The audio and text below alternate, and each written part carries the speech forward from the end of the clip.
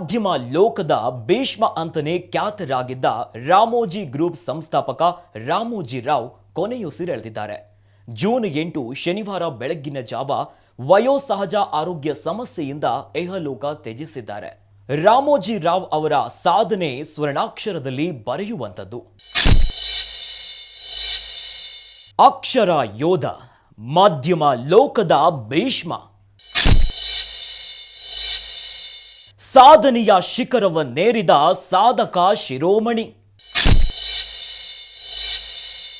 ರೈತನ ಮಗ, ಮಾಧ್ಯಮ ಸಾಮ್ರಾಜ್ಯವನ್ನ ಸೃಷ್ಟಿಸಿದ್ದೇ ಒಂದು ಯಶೋಗಾಥೆ.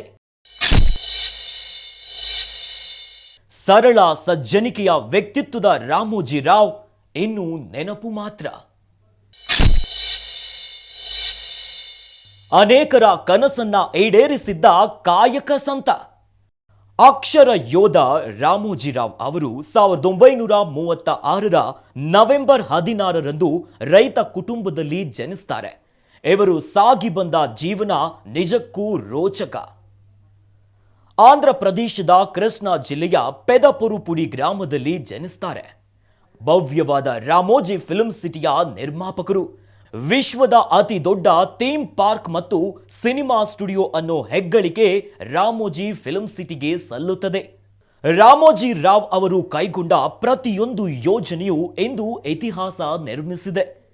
ರಾಮೋಜಿ ರಾವ್ ಅವರ ಮಾರ್ಗದರ್ಶಿ ಚಿಟ್ ಫಂಡ್, ಈನಾಡು ಪತ್ರಿಕೆ, ಇಟಿವಿ ನೆಟ್ವರ್ಕ್, ರಮಾದೇವಿ ಪಬ್ಲಿಕ್ ಶಾಲೆ, Priya foods, Kalanjali, Usha Kiran movies, Mayuri film distribution, dolphin hotels, ಹೀಗೆ ರಾಮೋಜಿ ರಾವ್ ಅವರ ಉದ್ಯಮ ಸಾಹಸಗಳು ಒಂದೆರಡಲ್ಲ. ರಾಮೋಜಿ ರಾವ್ ಅವರು ತೆಲುಗು ರಾಜಕೀಯದಲ್ಲೂ ಸಕ್ರಿಯ ಪಾತ್ರವನ್ನ ವಹಿಸಿದವರು. ರಾಜಕೀಯ ನಾಯಕರಿಗೆ ಮಹತ್ವದ ಸಲಹೆಗಳನ್ನು ನೀಡುವ ಮೂಲಕ ಮಾರ್ಗದರ್ಶಿ ಎನಿಸಿಕೊಂಡವರು. ಭಾರತ ಸರ್ಕಾರವು ರಾಮೋಜಿ ರಾವ್ ಅವರಿಗೆ ದೇಶದ 2ನೆಯ ಅತಿ ದೊಡ್ಡ ನಾಗರಿಕ ಪುರಸ್ಕಾರವಾದ ಪದ್ಮ ವಿಭೂಷಣ ಪುರಸ್ಕಾರವನ್ನ 2016ರಲ್ಲಿ ಪ್ರದಾನ ಮಾಡಿತು. ಪತ್ರಿಕೋದ್ಯಮ, ಸಾಹಿತ್ಯ, ಸಿನಿಮಾ ಹಾಗೂ ಶಿಕ್ಷಣ ರಂಗದಲ್ಲಿ ರಾಮೋಜಿ ರಾವ್ ಅವರು ನೀಡಿರುವ ಕೊಡುಗೆಗಳನ್ನು ಪರಿಗಣಿಸಿ ಅವರಿಗೆ ಪುರಸ್ಕಾರವನ್ನ ನೀಡಲಾಗಿತ್ತು.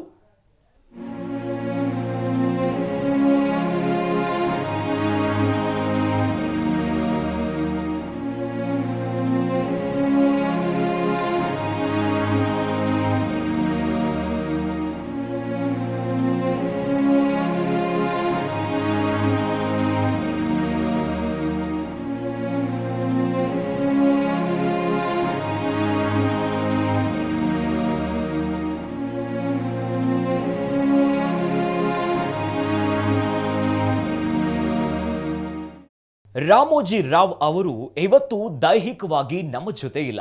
ಆದರೆ ಅವರ ಸಾಧನೆಗಳು ಪ್ರತಿಯೊಂದು ಹಂತದಲ್ಲೂ ಯುವ ಮನಸ್ಸುಗಳಿಗೆ ಸ್ಫೂರ್ತಿಯಾಗಿದೆ. ರೈತ ಕುಟುಂಬದಲ್ಲಿ ಬೆಳೆದು ಬಂದು ಇವತ್ತು ಮಧ್ಯಮ ಕುಟುಂಬದಿಂದ ಮಾಧ್ಯಮ ಲೋಕದಲ್ಲೇ ಸಂಚಲನವನ್ನ ಸೃಷ್ಟಿಸಿದ್ದು ರಾಮೋಜಿ ರಾವ್. ರಾಮೋಜಿ ರಾವ್ ಅವರು ನಮ್ಮೊಂದಿಗಿಲ್ಲ, ಆದರೆ ಅವರ ಸಾಧನೆ, ಅವರ ಮಾರ್ಗದರ್ಶನ ಯುವ ಮನಸ್ಸುಗಳಿಗೆ ಸ್ಫೂರ್ತಿಯಾಗಿ ನಿಂತಿದೆ. ಗ್ಯಾರಂಟಿ ನ್ಯೂಸ್, ಸುದ್ದಿ ಖಚಿತ, ನ್ಯಾಯ ನಿಶ್ಚಿತ.